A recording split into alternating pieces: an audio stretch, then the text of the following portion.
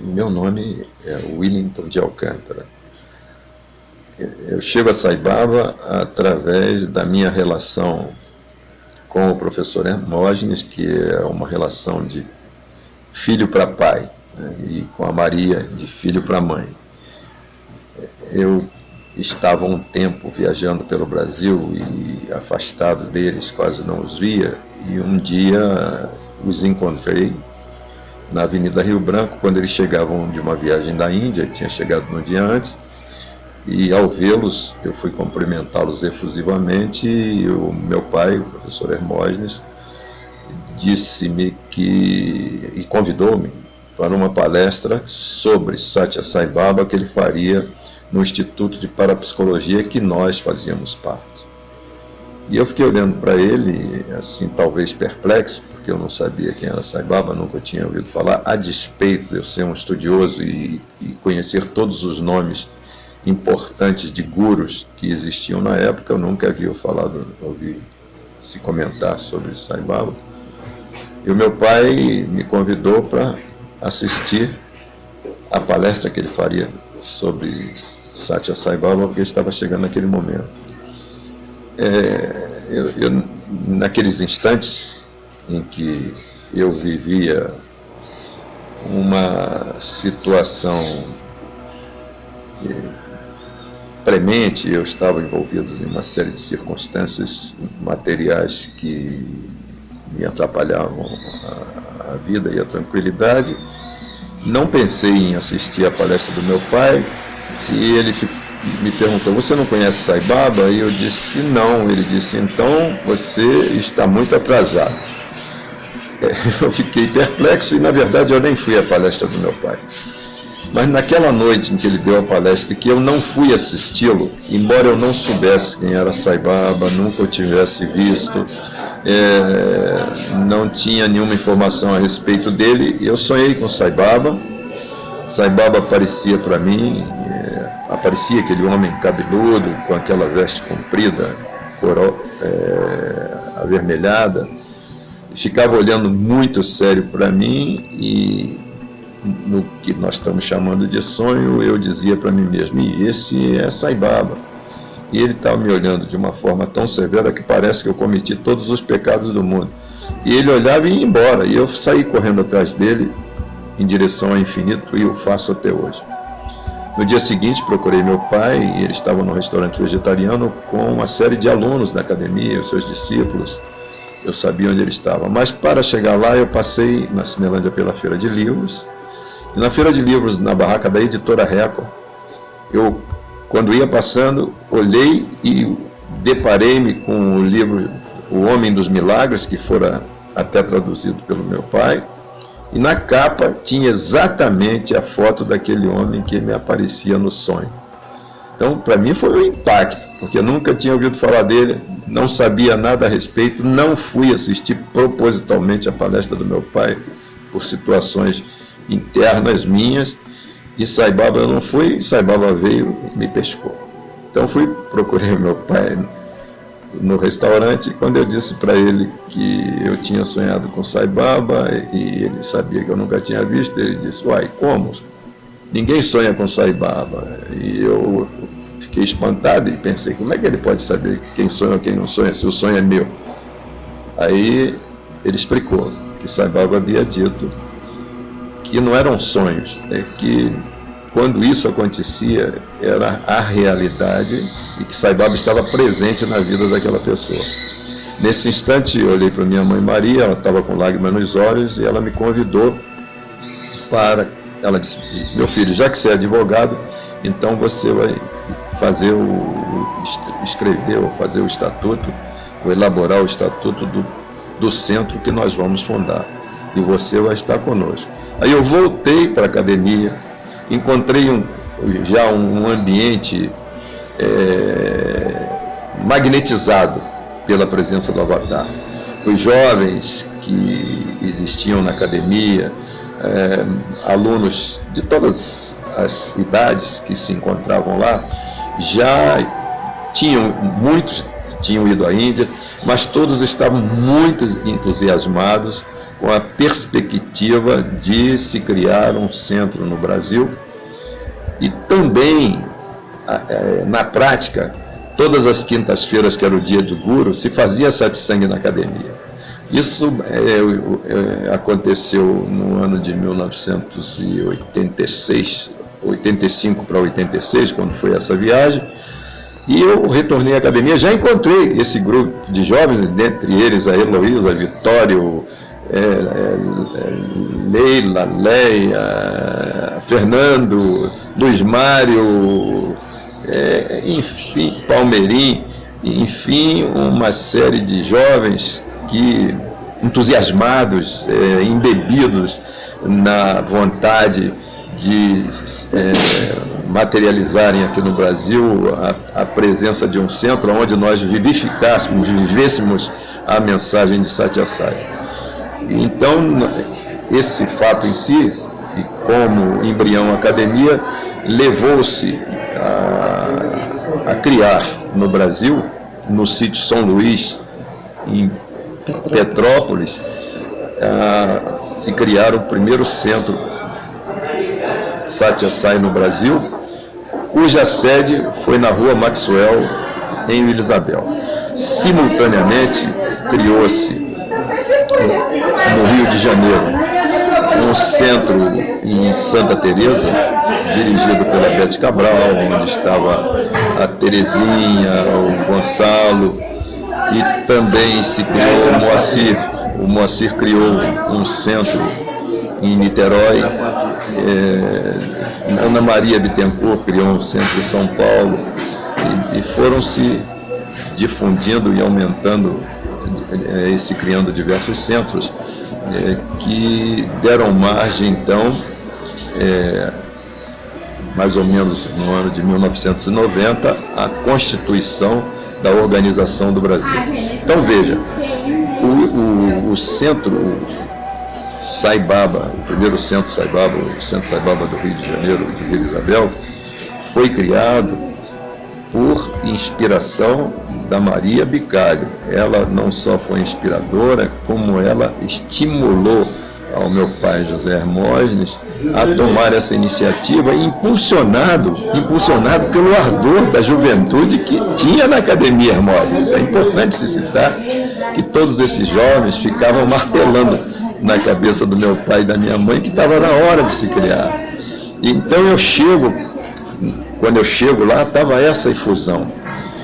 E nós criamos, e a primeira diretoria, então, do centro, que segundo a minha mãe foi por inspiração de Sai Baba, foi o presidente, era o Aloysio, o vice era o Willington de Alcântara, o secretário era Luiz Mário, e o tesoureiro era Fernando Caetano. Agora, eu queria fazer aqui uma observação que é fruto, claro, da minha cultura védica. O rei Ashoka criou os Varnas. Varnas são, digamos assim, as castas, onde cada ser humano é caracterizado pelo seu nascimento. Efetivamente, se eu olhar como foi constituído, quando hoje eu penso como foi constituída a primeira diretoria do Centro Sai Baba de Vila Isabel, que vai fazer agora 30 anos, e colocar dentro dessa visão do rei Ashoka, o professor Hermógenes e o Luiz Mário eram brahmanes, eles eram muito estudiosos, eles estavam embebidos da filosofia védica. Eu era um kshatriya, eu era um guerreiro. O guerreiro mesmo, encarnava o guerreiro. E o Aloysio e o Fernando Caetano eram vaixas, eles eram empresários. Eles eram homens que lidavam com comércio e com serviço. Então nós tínhamos as castas na primeira direção. Claro que Sai Baba vem e diz que não existem castas, né? Mas eu só estou fazendo isso para dizer que, para mostrar como foi difícil se trabalhar no Brasil sem nenhuma informação, apenas com o livro Homens de Milagres, com uma diretoria constituída de pessoas que vinham de origens diversas, com pensamentos diversos, e nós tivemos que amalgamar essas visões do mundo diferentes para fazer nascer e brotar a semente da organização no Brasil. Isso é importante para mostrar como Sai Baba atua, as lilas de Sai Baba. Ele pega pessoas de pensamentos diferentes, de origens diferentes, com formações diferentes, e nos colocam juntos, e nós temos que nos burilar, trabalharmos junto com aquela juventude ávida, crescente, que estava efervescente, cheia de amor por Sai Baba, e todos nós tínhamos muita vontade de fazer acontecer as coisas, mas todo mundo era diferente. Ou seja, nós tivemos que aprender a conviver junto dentro da mensagem de Sai Baba. Esse é o princípio. Nós chegamos e o que nos movia era amor, ou seja, o fio dessas contas diversas era o amor por Satya Sai, porque mesmo entre os jovens não havia unanimidade de pensamento. Nós aprendemos a conviver através da mensagem de Sai Baba, que ia brotando pouco a pouco. Não havia tecnologia, não havia internet, não havia nada como hoje que facilitasse a nós nos embeber do conhecimento aurido de Sai Baba. Então, naquele primeiro momento, o professor Hermógenes, que era uma figura muito conhecida no Brasil em função do seu trabalho, em função da forma amorosa como ele conduzia a yoga, e assim que se espalhou a notícia da existência do Avatar e que se constituiu centros no Brasil, nós éramos muito convidados por centros espíritas, por entidades religiosas de outros matizes, por instituições que estavam interessadas em saber quem era o Avatar. E o professor Hermógenes era um só. Então ele atribuía a mim e a outros irmãos que fôssemos espalhar a mensagem, falar sobre Sai Baba, não somente por marimas, ou seja, milagres, mas exatamente como a mensagem dele era transformadora. E nós éramos mais inspirados do que tivéssemos conhecimento informativo, porque esse nós não tínhamos naquela época. O livro base ainda nem tinha sido publicado, o Sadhana, era só o Homem dos Milagres. Então, o centro de Vila Isabel é realmente a fonte no Brasil da expansão da mensagem de Sai Baba e da abertura de outros centros. Ali se constitui o embrião, e esse embrião deu tantos frutos que hoje nós temos uma organização que está em todo o Brasil. Nós ficamos felizes, nós que começamos essa história, eu, a Heloísa, Palmeirim, Betinho, Terezinha, enfim, todos aqueles que tivemos juntos, Jorge, Aninha, Moisés, eu me perco se for citar todos os nomes que tiveram muita importância na formação e na existência do Centro Sai Baba do Rio de Janeiro. A organização, por sua vez, na medida em que se expande a mensagem, se criam vários centros, nós estávamos vinculados à Argentina, que o coordenador, o responsável pela América Latina ou pela América do Sul, enfim, era o senhor Leonardo Guter, e chegou um momento em que eles entenderam que nós devíamos criar uma organização no Brasil, e essa organização congregaria então todos os centros Satya Sai Baba. E o Dr. Goldstein, acho que é Michael Goldstein, veio ao Brasil e constituiu então a primeira diretoria, naquela época era diretoria da organização Satya Sai do Brasil, que foi constituída pelo senhor Aloysio, por mim, o William, por Luiz Mário e pela Ana Maria Bittencourt. Essa foi a primeira direção da organização Satya Sai do Brasil, que então foi formada exatamente para que todos os centros que existiam no Brasil se vinculassem como uma rede. É bom que se faça esse esclarecimento, porque meu pai, Hermógenes, e minha mãe, Maria, eles são sim os fundadores, os inspiradores e fundadores do primeiro centro do Brasil, que é o Centro de Vila Isabel. Agora, a organização não. A organização, quando foi constituída em 1990, eu não tenho exatamente a data, ela foi constituída porque já existiam no Brasil, no Rio, em Niterói, em São Paulo, em Goiás, muitos centros, né? Daí a existência da organização, que hoje floresce e tomou uma dimensão muito grande no Brasil. Essa é a base, essa é a raiz da história.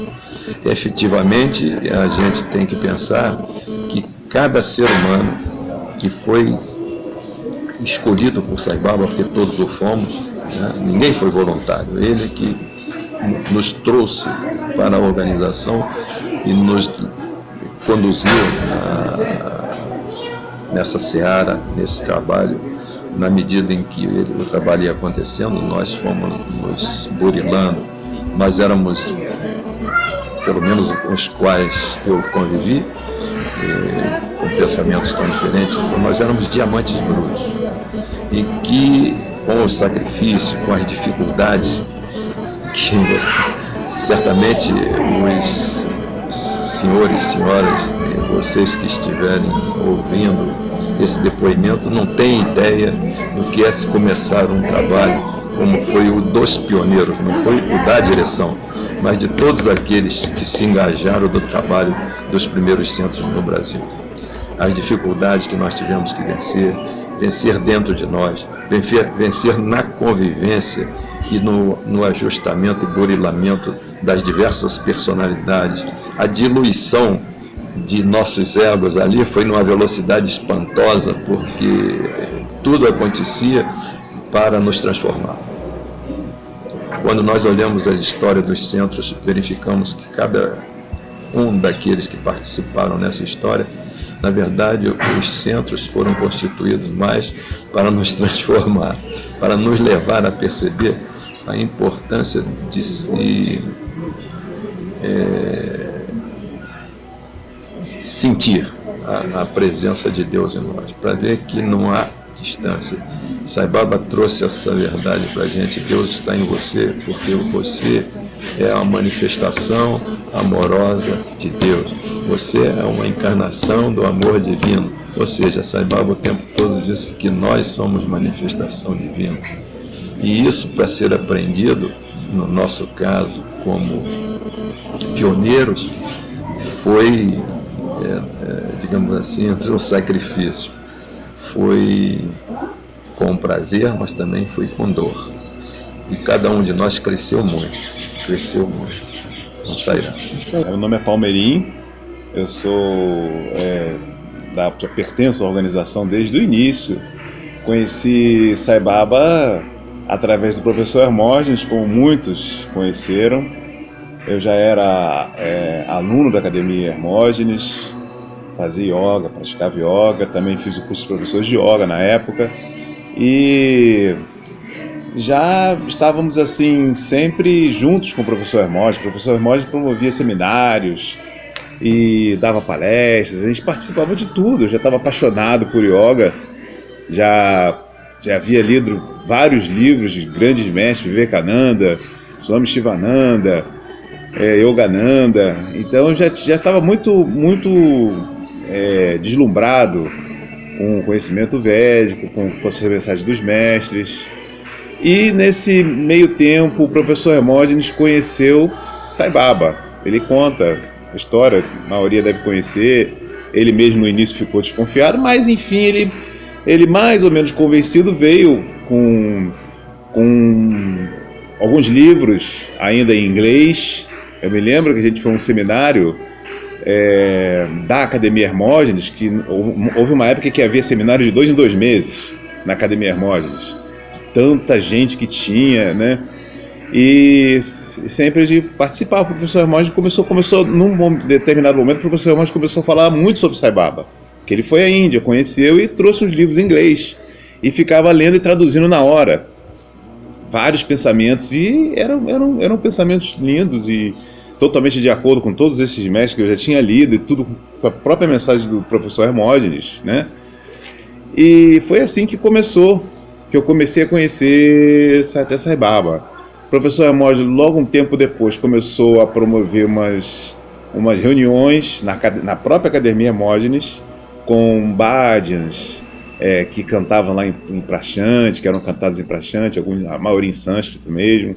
A Maria Bicalha, a esposa dele, fez alguns bhajans bonitinhos, a gente cantava, e reunimos lá, não sei mais, não me lembro mais com que frequência, mas nós nos reunimos, vinham pessoas, veio gente da Argentina, veio indiano também, então, quer dizer, foi assim que a gente começou.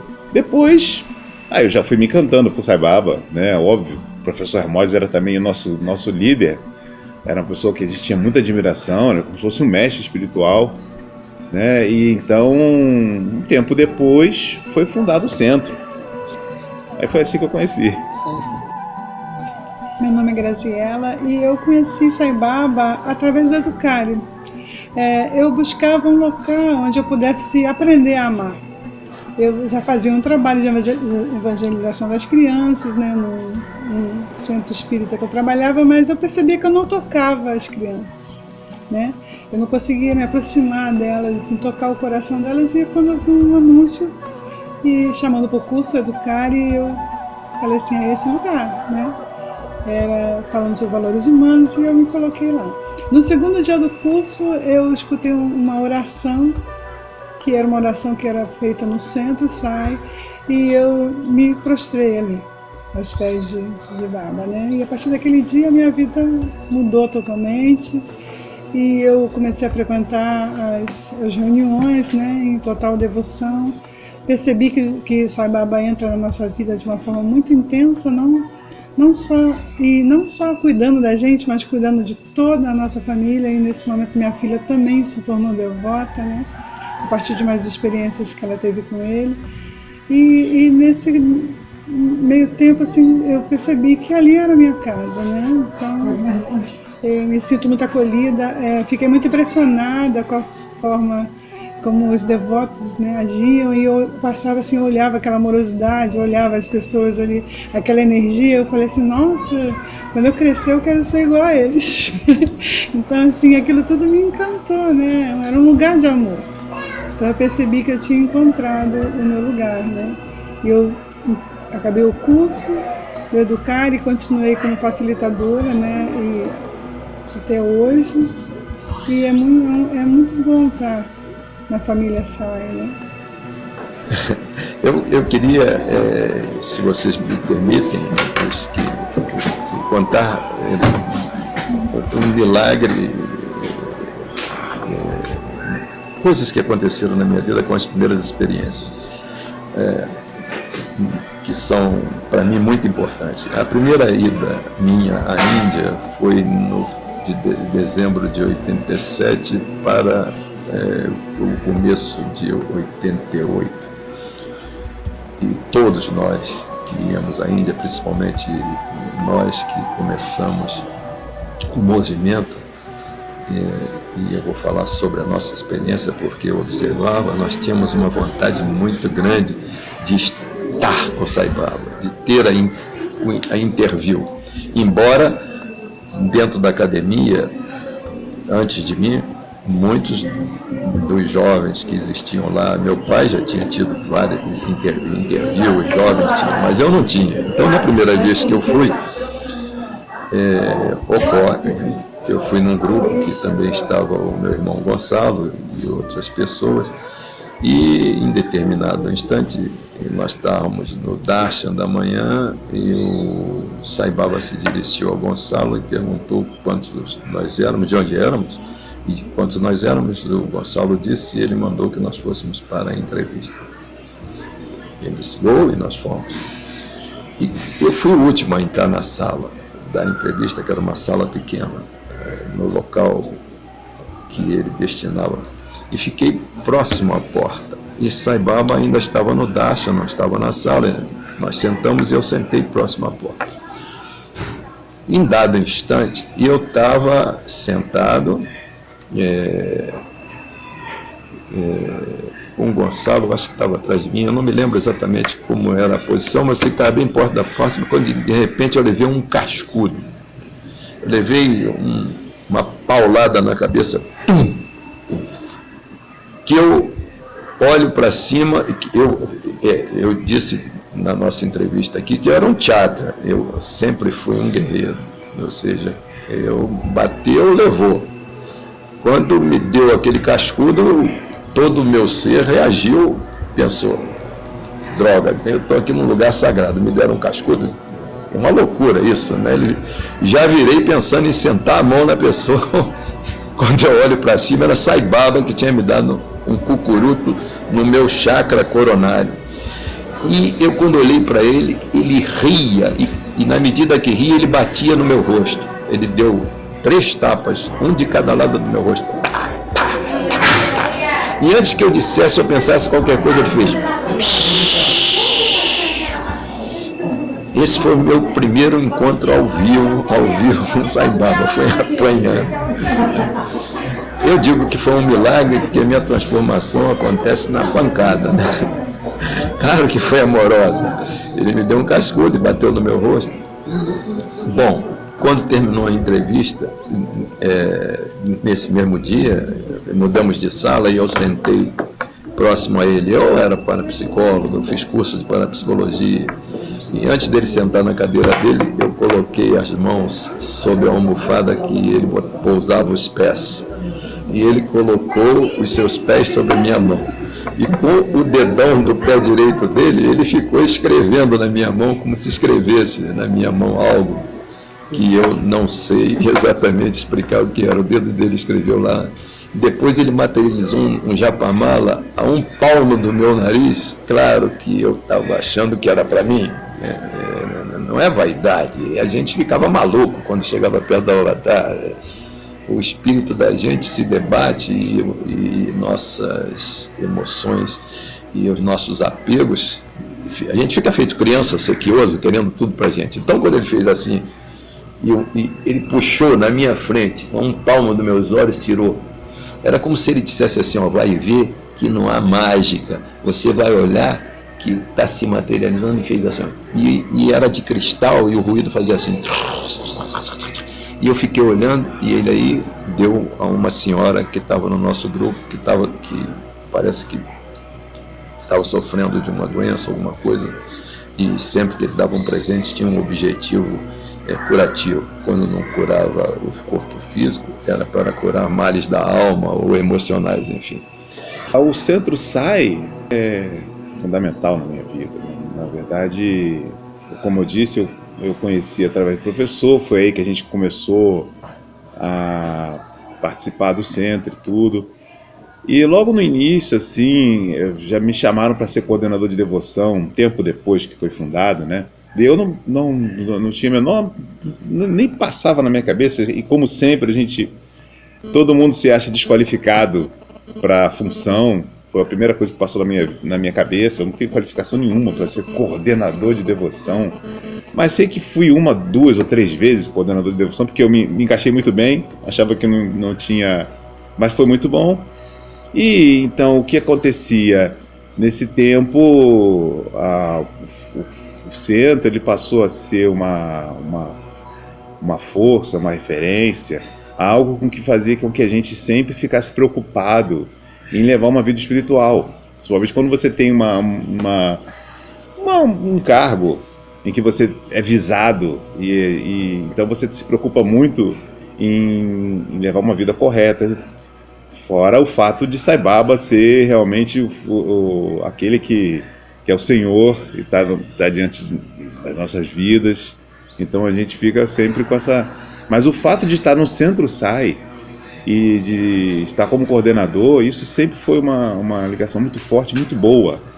Para mim sempre foi muito importante ter essa ligação com o centro e com o cargo. Faz muita diferença na vida. né? Então, no centro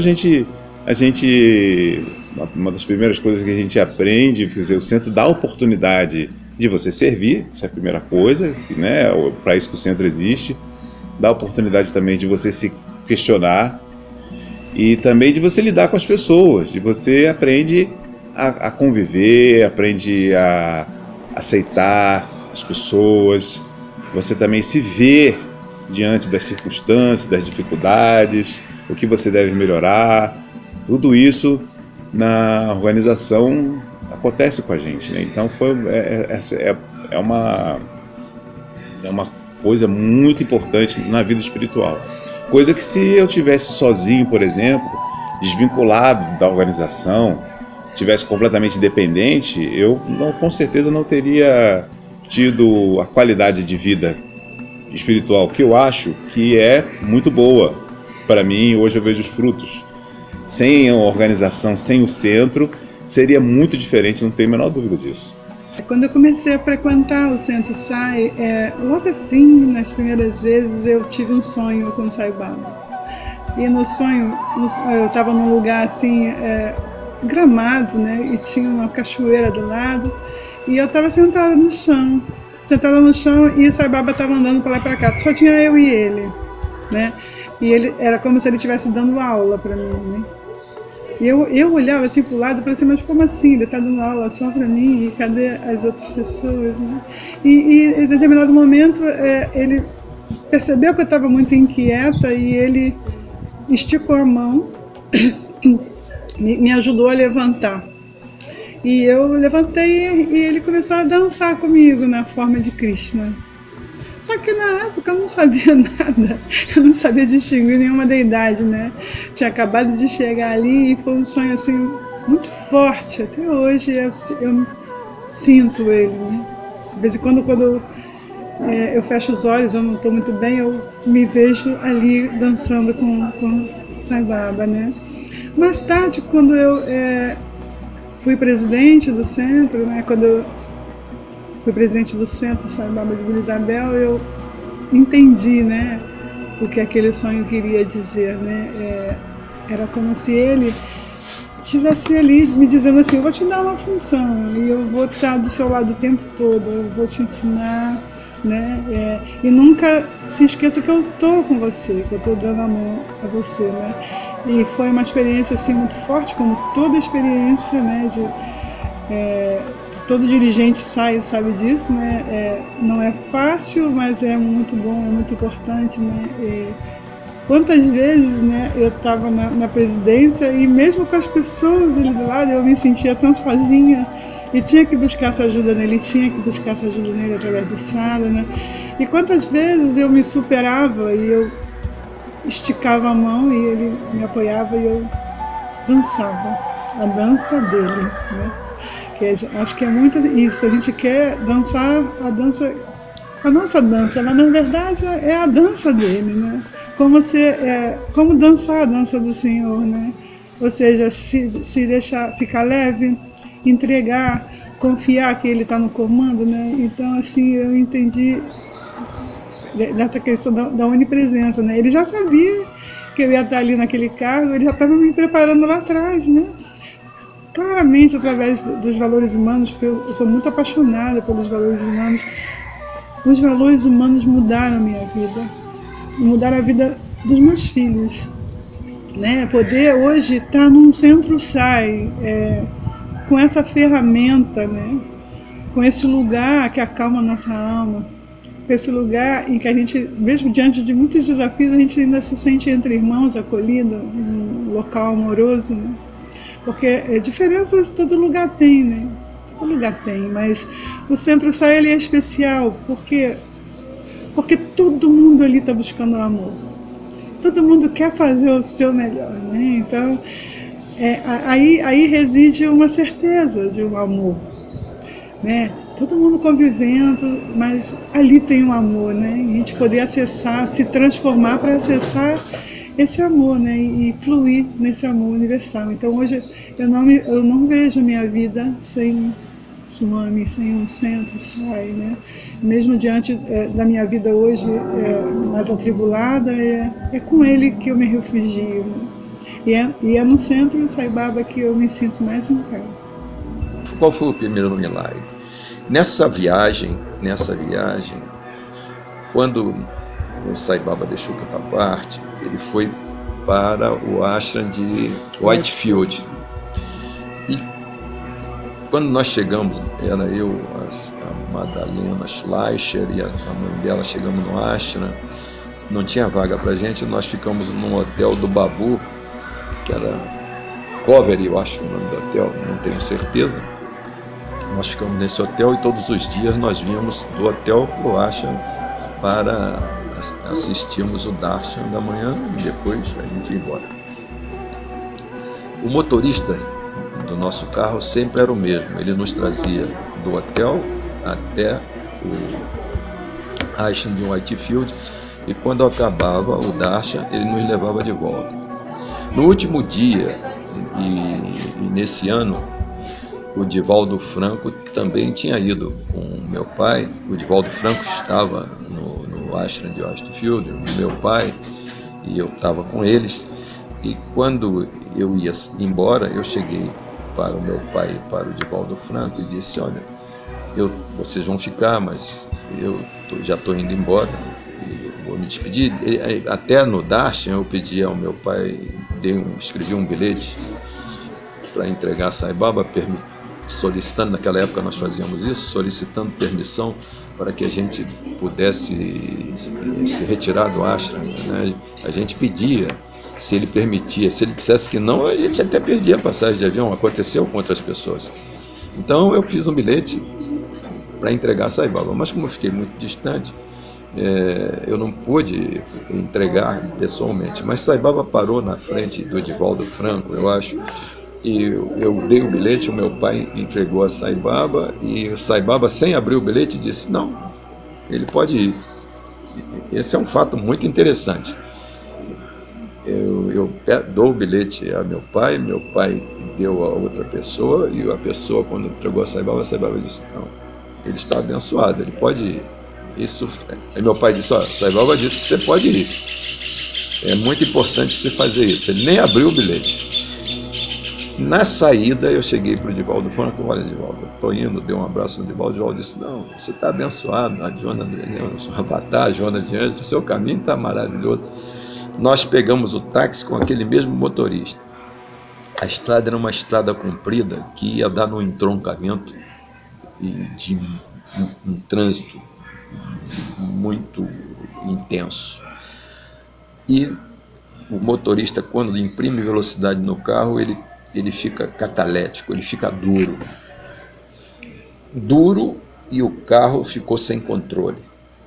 E a Madalena e a mãe dela começaram a sairão e me pediam: pega no volante. Eu dizia: como eu vou pegar no volante? Ele agarrado no volante, com os olhos arregalados e sem fazer um movimento, por todo o rio, e o carro ia de um lado para o outro da rua, de um lado para o outro da rua, de um lado para o outro da rua. E nós fomos assim por uns 2 quilômetros, o carro cada vez com mais velocidade, porque o motorista apertando. E quando chegou no próximo entroncamento, que certamente haveria um desastre, porque o trânsito nesse entroncamento, essa estrada era vicinal, ia sair numa estrada, numa rodovia grande, onde passava trânsito e confusão, eles tinham feito uma marcação no meio da estrada com latas de óleo, e o carro nosso veio então e trepou em cima das latas de óleo, e foi aí que o carro parou. Quando o carro parou, a população que estava no local correu para o carro, que foi muito estranho o que aconteceu. E que abriram a porta, o motorista caiu duro na rua, e elas saíram correndo, e eu fiquei rindo, né? Eu dei um ataque de riso. Então, o primeiro milagre para mim foi o Sai Baba ter impedido que nós sofrêssemos um desastre, que nós sofreríamos um desastre, porque o motorista ficou catalético, com o pé no acelerador, e certamente o carro teria causado muitos danos, não só na gente, como em outras pessoas. Uma coisa que aconteceu comigo com muita frequência durante longos anos foi sonhar com Sai Baba. Isso aconteceu muitas vezes, vários sonhos, sonhos lindos, alguns eu acordava chorando, outras vezes sempre uma sensação muito boa. Isso por si já era uma sensação de que dele era realmente a encarnação do amor, porque eu não me considerava uma pessoa que tivesse merecimento para ter um sonho com aquela qualidade ou com esses sentimentos que afloravam na gente, né?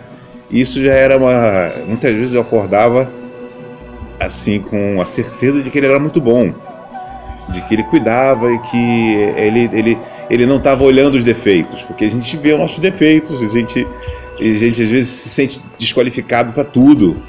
E quando você recebe assim o darshan, né, não físico, mas num sonho, e tem aquela sensação, aquela coisa, então você vê como ele é misericordioso, né? Uma época eu estava muito aborrecido comigo. Uma coisa que aconteceu, eu estava muito aborrecido comigo, porque eu cometi uns erros e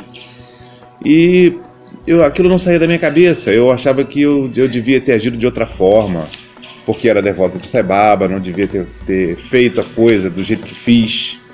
E isso ficou me atormentando muito tempo. E aí eu tive um desses sonhos, né, a época que eu sonhava muito com ele apareceu e eu vi Sai Baba assim no sonho, eu vi Sai Baba, eu sabia que não era, todos os outros sonhos era Sai Baba mesmo, fisicamente. Nesse sonho era como se fosse uma projeção dele, alguma coisa assim, né, mas era ele. Só que ele não estava no corpo físico, eu via como se fosse a alma dele, dizer assim. Mas eu fiquei muito impressionado, fui lá e toquei os pés dele, coloquei a cabeça nos pés dele, e quando eu levantei a cabeça, a mão dele estava aqui, e aí eu não consegui levantar a cabeça. Aí ele abaixou e falou no meu ouvido: eu te perdoo. Então isso foi uma outra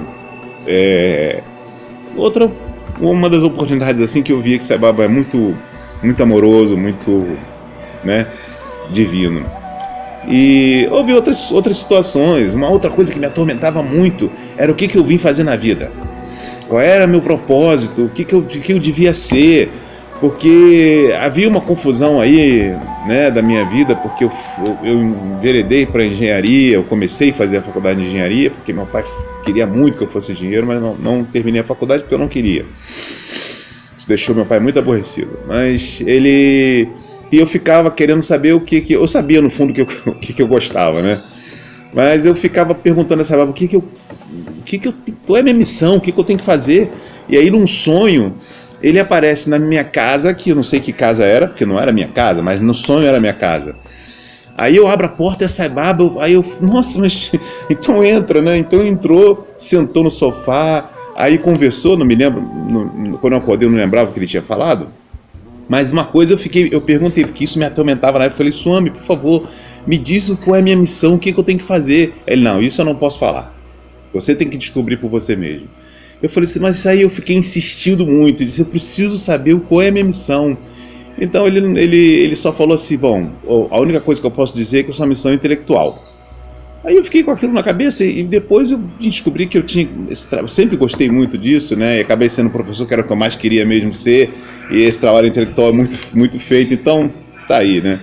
Sai Baba deu essa resposta. Uma terceira experiência teve outras, né? Mas uma terceira experiência muito marcante foi que eu tinha ido com meus filhos pequenos, 3 filhos, à praia sozinho com eles. A mãe na época não pôde ir à praia, ficou preocupada e tudo, mas eu falei assim: eu vou com eles. Fui. A praia estava tranquila, né?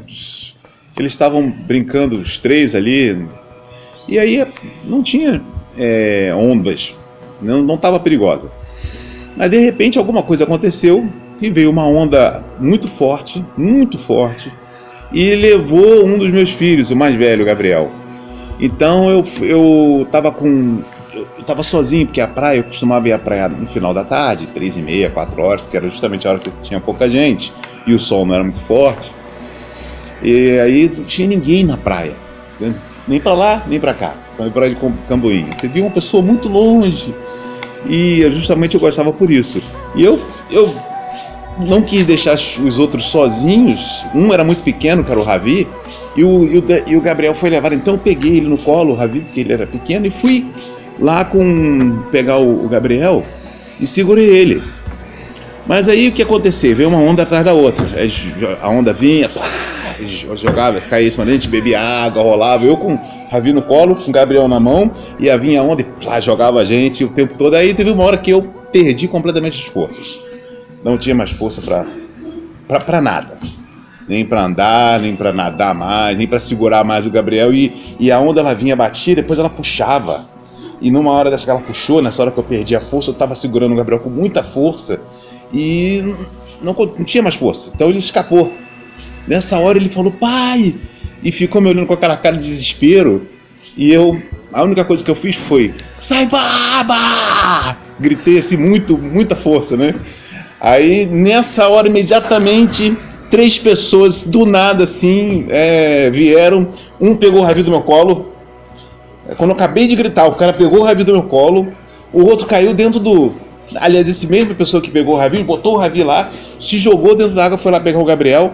E um velhinho, devia ter uns 60 e poucos anos, cabelo branquinho, junto com a moça, me seguraram. Ele segurando a moça me segurando, e eu com o Ravi no colo, e ficaram ali assim, porque a onda puxando, e o velhinho estava vermelho, e ficou assim até que conseguiu e me tirou e saiu todo mundo ileso, né? Aí isso foi pra mim, eu nunca mais esqueci isso, tenho certeza, porque eu não vi ninguém na praia, pode até ser que se as pessoas tivessem vindo, mas enfim, foi quando eu gritei, e eu já não tinha mais menor condição de nadar, né, de conseguir sair dali. Fomos salvos por esse... Tenho certeza que esse homem atendeu ali o grito de um devoto, um humilde devoto. Eu tive várias experiências onde eu sentia a onipresença de Sai Baba, mas a mais forte para mim foi uma situação em que minha filha foi perseguida por um ex-namorado. E foi uma perseguição muito atroz, né? Ele, assim, uma perseguição que chegou a levar para o nível de processo, né? Colocamos na delegacia, e o rapaz, assim, ele ficou muito obcecado pela minha filha e perseguia ela em todos os lugares, né? Na faculdade, inclusive chegou aí na minha casa. Ele não tinha limites, ele simplesmente perseguia. E nada continha, nem a polícia, nem os meus irmãos que são policiais, né? Ele estava assim numa cegueira, e eu fiquei muito preocupada, porque eu ia na delegacia, eu ia na justiça e ninguém podia fazer nada. E a minha filha, ela tem uma cardiopatia, né? Eu tinha que trabalhar e a minha filha ficava ansiosa, ela perdeu o direito de ir e vir, né? E eu falei assim, eu falava na delegacia, mas como assim? Como é que vocês não podem fazer nada? Quer dizer, que vocês só fazem quando acontece algum mal, é isso? Quando morre ou algum tipo de violência? E eles falavam que sim. E eu tinha que trabalhar, né? E a minha filha tinha que viver, né? E eu cheguei diante do altar do centro de Vila Isabel, e eu me ajoelhei e falei, Swami, eu não tenho mais o que fazer para proteger a minha filha aqui no mundo, né? E o rapaz era tão violento assim na perseguição, que as pessoas ao meu redor, inclusive no trabalho, e a própria família, todo mundo queria dar um jeito nele, né? Queriam dar um jeito de várias formas possíveis, e eu segurando aquela onda, né? Eu me sentia como se estivesse segurando uma onda de violência contra o rapaz. Mas eu também não sabia como fazer, porque eu já tinha ido a ele, já tinha conversado, e ele falou para mim assim, me mata, eu não vou parar, me mata, né? E eu pedi para a Swami, falei, Swami, me ajuda, eu vou entregar minha filha, a minha joia mais rara, na sua mão, porque eu não tenho aqui no mundo dos homens como proteger minha filha. Eu não quero fazer mal a ninguém, né? E eu entreguei a ele, né, com todo o meu medo, toda a minha tristeza. E nesse mesmo dia tinha uma cerimônia para a Mãe Divina, e eu tive uma experiência, né, cantando para Durga, Jaya Jagatambi, né, na hora que a música estava sendo cantada, eu senti como se uma chuva assim, me molhasse dos pés à cabeça, e eu tremi, né, então tu estava ali no grupo de base, eu tremi e senti uma força, assim, dentro de mim, uma compaixão, né, eu senti uma presença ali muito forte, né, isso era como se isso me acalmasse. E quando eu fui para casa, eu, durante a noite, tive também uma visão com ele, em que ele falava assim: minha filha, você já tem tudo o que você precisa para lidar com esse desafio. Você já tem o seu amor. Então use essa arma, né, contra esse mal. E o dia seguinte eu acordei assim, inspirada, chamei meu irmão. E meus dois irmãos são policiais federais, eles entraram no sistema, conseguiram o endereço do rapaz, né, que ele estava escondido, né, a polícia não conseguia achar ele para intimar. Meu irmão conseguiu, através do sacrifício do esforço, ele correu atrás e conseguimos o endereço. E eu fui com um dos meus irmãos até a casa do rapaz, numa favela em Niterói, né. E chegando lá, eu bati na porta. E quem me recebeu e o meu irmão foi a mãe e a avó. E nós mostramos para ele um calhamaço de processos que existia contra ele e que nada era feito, né? E os parentes ficaram muito assustados e ele se escondeu no quarto.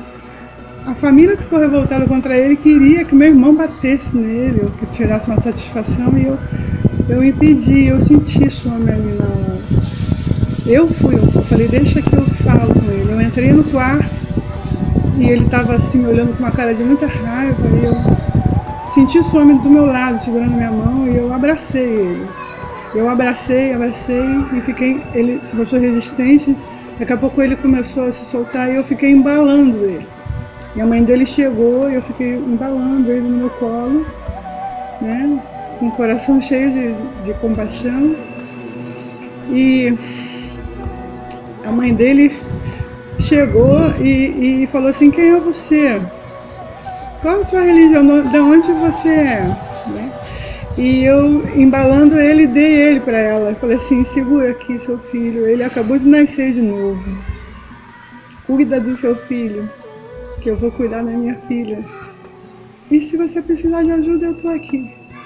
Mas só saiba que hoje o seu filho nasceu de novo.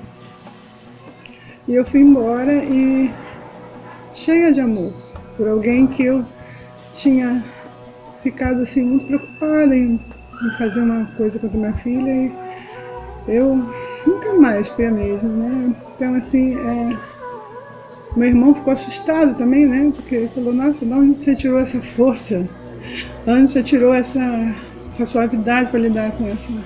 E eu sei que eu tirei de Deus, eu sei que quem estava ali comigo de mãos dadas era Swami, que me ensinou a amar.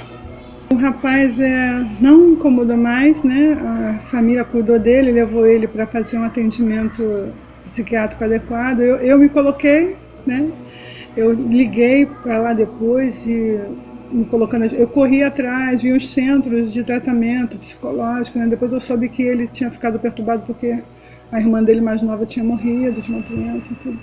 Eu não precisei atuar, mas eu fiquei ali, ele de olho, né, me colocando para ajudar. Isso foi bom, né? E ele nunca mais perturbou minha filha, né? Então, foi um milagre. E já casado com a Verônica, nós fomos à praia, lá em Alagoas. Nós fomos a uma praia de Guaxuma, que é uma praia que tem muito turismo, mas ela tem correntes marinhas. E eu e Verônica, era um dia de semana, nós entramos dentro d'água, nós dois, todos felizes, e de repente fomos arrastados por uma corrente marinha, e a gente não sabia como voltar. Ela foi nos arrastando para longe. Nessa época eu dava aula na faculdade de Direito,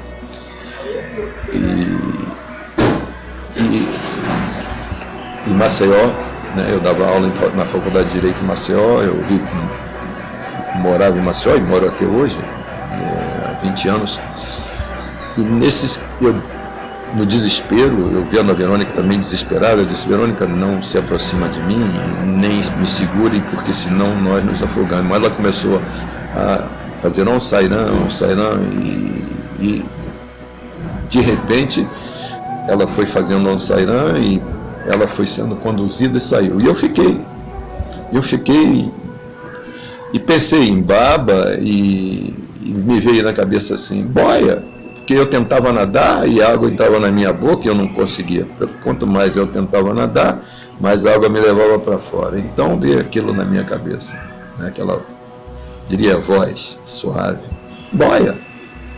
E eu deitei no mar. E a onda me levou de volta para a praia. Então, a segunda vez que Sai Baba salva a minha vida. Tem outras, mas essas são mais importantes, são saídas.